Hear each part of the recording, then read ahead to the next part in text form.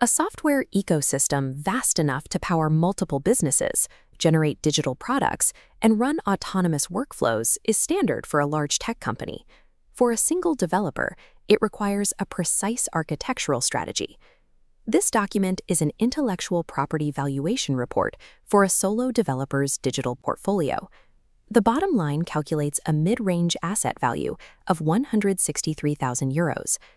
This valuation measures the specific capital required to rebuild the entire ecosystem from scratch.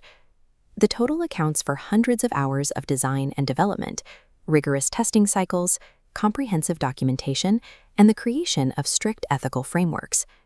High-value digital IP is rarely the result of releasing a series of disconnected, standalone products. It requires a recursive studio architecture. We are deconstructing this $163,000 portfolio into its 4 distinct layers: the fundament, the product layer, the growth tools, and the prompt map.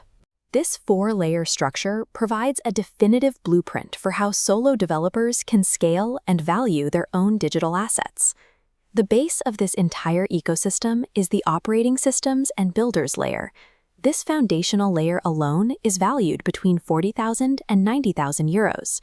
The high valuation comes from a master playbook called the OS Builder Protocol. Because this playbook standardizes pricing logic, the design system, and the QA checklist, it allows the creator to generate an infinite number of derivative platforms, like a creator OS, an agency OS, or a fiction OS. The second half of this fundament is the Business in a Box, or BAAB, suite builder. This engine takes a single niche input and automatically generates a multi-tool digital suite, complete with a zip-enabled export function to package the final deliverables. Everything operates on a single code-based strategy. The creator uses the primary operating system for highly sensitive personal workflows and data tracking. When it is time to sell a new template, a clean export script strips out proprietary CRM data, personal notes, and private crisis logs, leaving a pristine commercial product. By engineering a central operating system that builds other systems, the creator shifts from being a single product developer to operating a fully autonomous software factory. Built directly on top of that factory is the application layer, valued at €67,000. This is the Access platform. Access is a suite of AI-driven companions focused on mental health, trauma support, and social safety. Building tools for suicide safety or homelessness survival creates an immediate ethical paradox.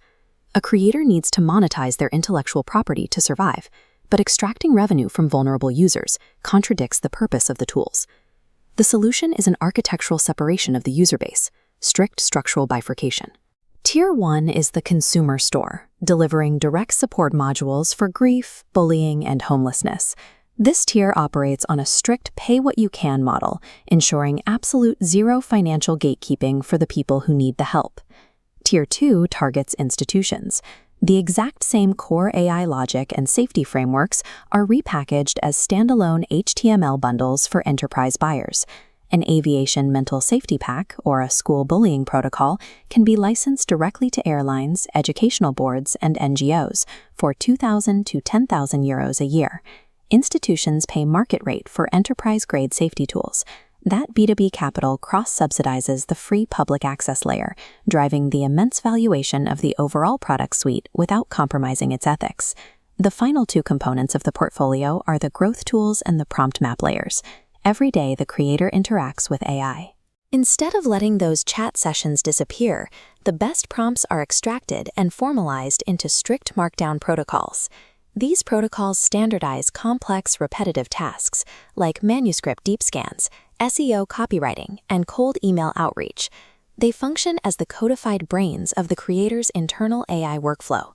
Rather than starting from scratch, the AI runs these pre-established protocols to execute highly specific tasks, drastically accelerating the development cycle for every new product.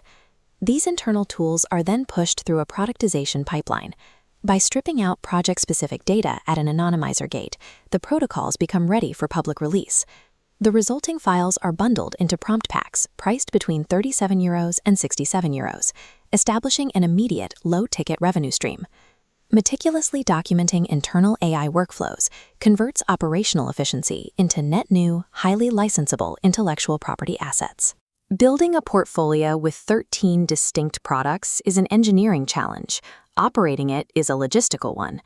For a solo founder managing neurodivergence, specifically ADHD, handling this scale of output can easily lead to operational paralysis. Survival requires an uncompromising execution constraint, the one money line rule.